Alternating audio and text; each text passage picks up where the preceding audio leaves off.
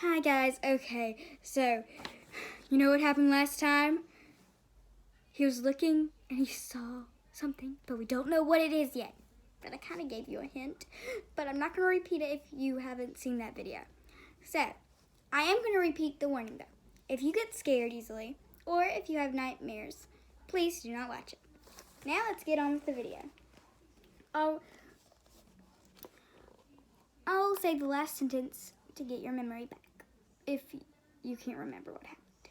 He asked, pointing at it. Look!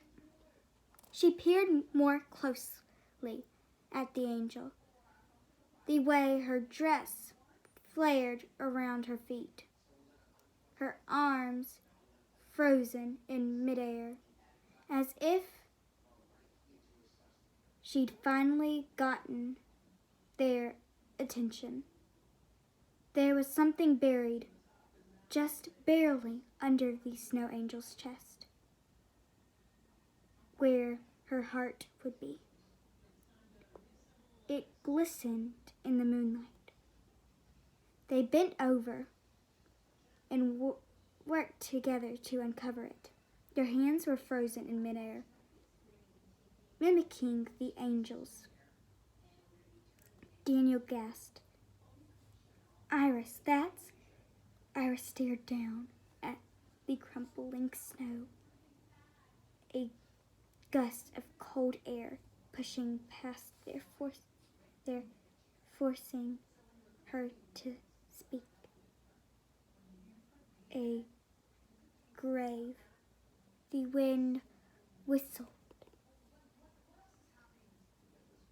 as they looked down at the marker and the angel surrounding it.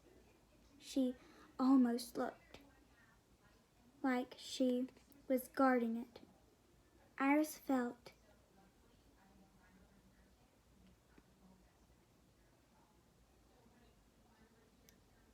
sensation of someone standing behind her.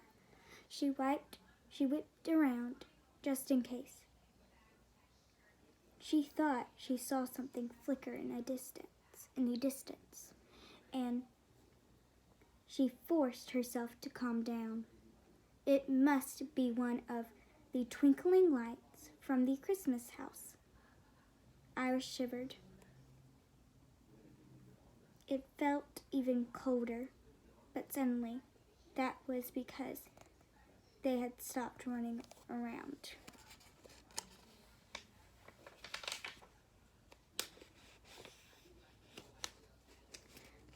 What does it say? She whispered. What does it say? She whispered, her voice cutting through the silence. Daniel wiped the falling snow away from his glasses, took a breath, and knelt down by the small gray square. He was shivering too. Evermore, rest in peace, darling. May 5th, 1945 to September 7th, 1956.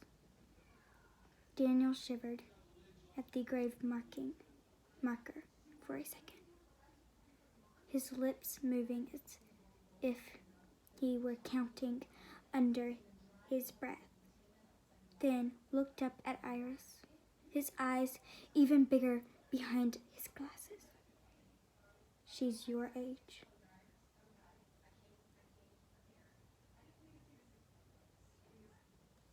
That's kind of surprising. Iris shivered again. They were silent, both probably thinking the same thing. What happened to her? Why was she buried here? Suddenly, the snow didn't feel fun anymore. It was too dark out, too cold, too quiet. They felt too far from their houses. I'm cold, they both blurted out at the same time, startling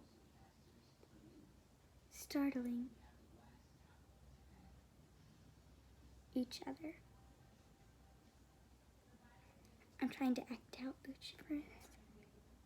So that's why I said startling at each other. Staring. Oh, staring at each other. Staring.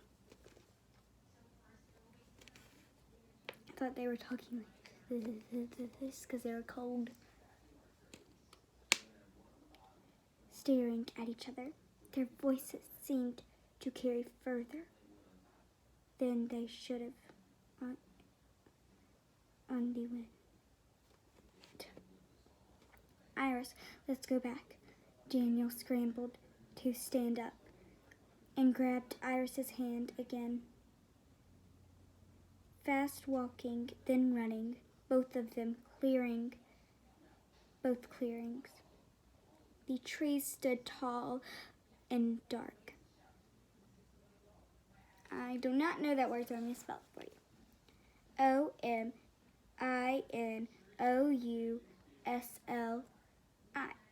No, Y. Y. As they passed by, the snow fell heavier, no longer looking like frosting. The white branches were now skeletons' hands, waving them backward. Iris could almost feel it, a pull trying to keep them there. I'll see you tomorrow, Daniel breathed before letting her hand go and slipping through the back door to his house. Iris slipped through her own, forgetting to wipe her feet on the mat outside, not so carefully walking up the stairs and throwing her wet clothes into her closet. The darkness felt thick, the same way it had by the little clearing, like it followed her here. Still shivering, she trained her eyes on the nightlight, but the small glow gave her a little calm. She began her usual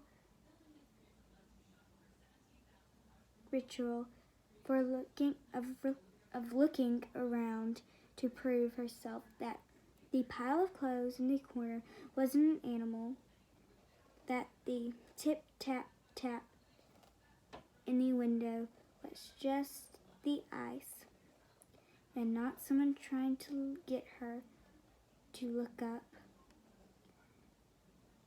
But when she glanced at the window, it was into the black round eyes of a little girl.